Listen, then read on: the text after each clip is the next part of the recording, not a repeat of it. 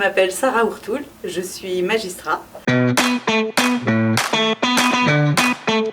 Alors, j'ai fait toutes mes études de droit à Lille, à l'université. À l'époque, c'était à Villeneuve-d'Ascq. J'ai fait donc un DUG de droit, une licence en droit, une maîtrise en droit et la théorie du droit. Et puis ensuite, j'ai fait une thèse en histoire des institutions. J'ai eu la chance d'avoir le professeur Pierre-André Lecoq comme directeur de thèse. J'ai rédigé une thèse en histoire des institutions, la confiscation de l'indépendance et de l'autorité judiciaire au nom de la sûreté de l'État, 1800-1815. J'ai fait des études de droit pour une raison toute simple. J'avais comme consigne à la maison de ramener un diplôme avant de pouvoir faire ce qui m'intéressait. Et ce qui m'intéressait, c'était le théâtre. Je me suis donc dirigée vers le droit, estimant, sans connaître, que le métier d'avocat, avec son costume, ses plaidoiries, sa scène devant le tribunal, pouvait correspondre à mes aspirations. Rapidement, je me suis en réalité aperçue que ce qui me plaisait davantage encore, c'était la recherche, puisqu'à travers le mémoire de DEA, puis la thèse, ce sont vraiment des domaines qui m'ont passionnée. L'enseignement m'a aussi beaucoup plu, de sorte que c'est la voie que j'ai choisie.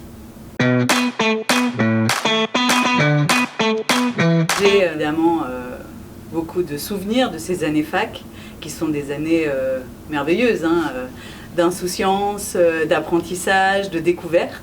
Pour parler des professeurs, le professeur qui m'a évidemment le plus marqué, c'est le professeur Pierre-André Lecoq, parce que c'est celui qui m'a enseigné le droit administratif en deuxième année. J'ai eu une anecdote assez particulière puisque à l'examen de deuxième année, je ne sais pas pourquoi, mais avant de répondre au sujet, j'ai d'abord expliqué en introduction que je ne répondrais pas au sujet qui était posé. Parce que s'il voulait qu'on réponde telle ou telle réponse que je pressentais évidemment, le sujet était mal posé. Et évidemment, je me suis dit, ça passe ou ça casse. En réalité, j'ai eu une très très bonne note et je n'ai jamais osé en parler avec le professeur Lecoq jusqu'à ce que je sois en DEA. Et là, en DEA, je lui parle de ce sujet, de ma copie, et il se souvenait de ma copie. Et c'était vraiment très particulier parce que c'était sur l'arrêt Rothschild et l'arrêt Blanco. Et de sorte que quand je me suis mariée, il m'a offert une bouteille de champagne Rothschild.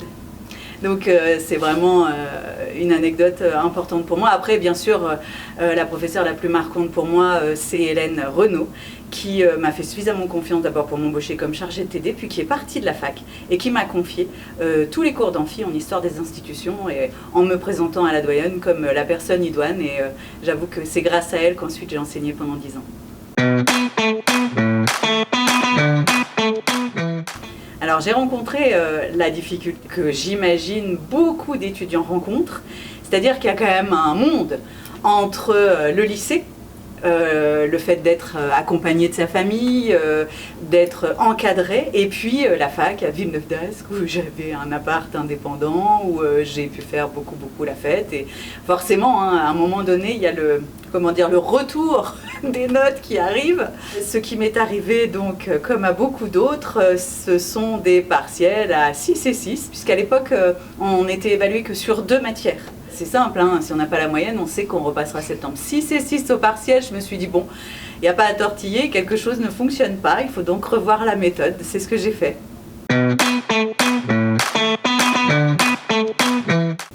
Alors mon parcours est un peu atypique puisque au-delà de la thèse, j'ai ensuite valorisé mes pour intégrer ensuite la magistrature. Si je devais donner des conseils, je pense que je conseillerais de découvrir beaucoup plus que ce que je n'ai fait moi, l'ensemble des métiers qu'il est possible d'exercer avec une formation juridique, d'avoir vraiment l'esprit ouvert, de me renseigner, de faire des stages auprès d'avocats, des stages dans les tribunaux, des stages auprès de notaires, de juristes d'entreprise, de voir comment on peut valoriser des études de droit.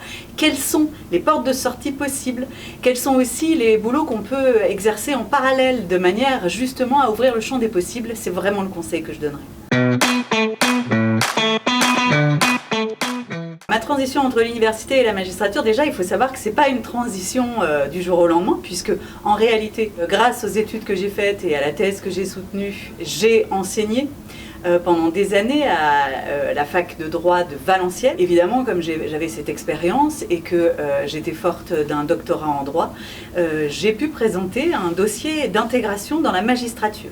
Alors c'est un peu particulier l'intégration dans la magistrature, qui n'existe plus depuis l'année dernière, mais qui a existé durant un certain nombre d'années, puisque l'idée était d'intégrer dans les rangs des magistrats des personnes bénéficiant d'une forme d'expérience antérieure et en même temps de diplôme tenant une connaissance juridique certaine. J'ai donc, après 1 an d'instruction de dossier, pour me familiariser avec la vie des tribunaux pendant l'instruction de dossier, en parallèle des cours que je donnais à la fac, j'ai obtenu un poste d'assistante de justice au tribunal, à l'époque de grande instance, de Lille. De sorte que j'ai vu de l'intérieur comment ça fonctionnait, et puis à force de passer les différentes étapes et entretiens, j'ai été intégrée en qualité d'auditrice de justice pour faire le parcours théorique de Bordeaux, puis le stage pratique en juridiction. À ce moment-là, j'ai intégré la magistrature.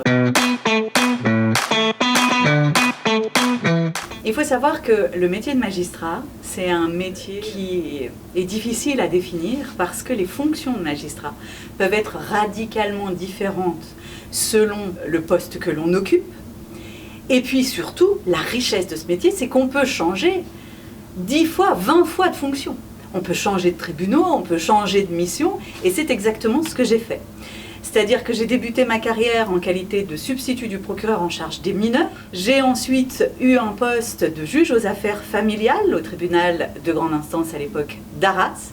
Et là aussi, ce qui est assez magique, c'est qu'on peut être très très rapidement chef de service. C'était mon cas dès mon second poste. C'est vrai que driver des assistants de justice, driver des équipes au sein de la fac, ça a pu m'aider aussi à gérer le service des affaires familiales tel qu'on me le demandait. Ensuite, après avoir été juge aux affaires familiales, j'ai été juge correctionnel. Je suis passée vice-présidente et j'ai coordonné l'ensemble du service pénal du tribunal de Béthune. Pour rendre service, j'ai aussi été juge des libertés et de la détention. J'ai également été juge des tutelles. J'ai aussi fait du civil à la chambre de la construction. Et puis, surtout, je me suis spécialisée en informatique. C'est-à-dire que j'ai fait partie du projet qui intègre la procédure pénale numérique et j'ai présidé la première audience pénale dématérialisée en décembre 2015. Alors évidemment, grâce à cette étiquette et en parallèle de mes autres missions, le premier président de la Cour d'appel de Douai m'a recruté en qualité de secrétaire général de la première présidence. Une expérience particulièrement riche et aussi très dense. Après cela, j'ai été premier vice-président adjoint à Lille, où j'ai exercé les fonctions de juge des référés. Puis, on m'a confié la présidence de la 6e chambre correctionnelle. Et depuis le mois de septembre, j'ai été détachée à l'École nationale de la magistrature à Bordeaux, où j'exerce en qualité de coordonnatrice régionale de formation. Les 3 missions principales du coordonnateur régional de formation, c'est la communication, c'est la formation des magistrats et c'est l'accompagnement des élèves magistrats. Avec le recul, je sais que certaines périodes ont été difficiles. Je me souviens aussi des moments où j'avais 2 ou 3 jobs étudiants et ça peut être compliqué. Mais finalement, je m'aperçois que le magistrat que je suis aujourd'hui, c'est aussi grâce à toutes ces expériences, grâce au fait que j'ai eu une vie avant d'intégrer la magistrature. Je pense que c'est une richesse pour justement être sans doute plus humain, en tout cas plus à l'écoute des justiciables.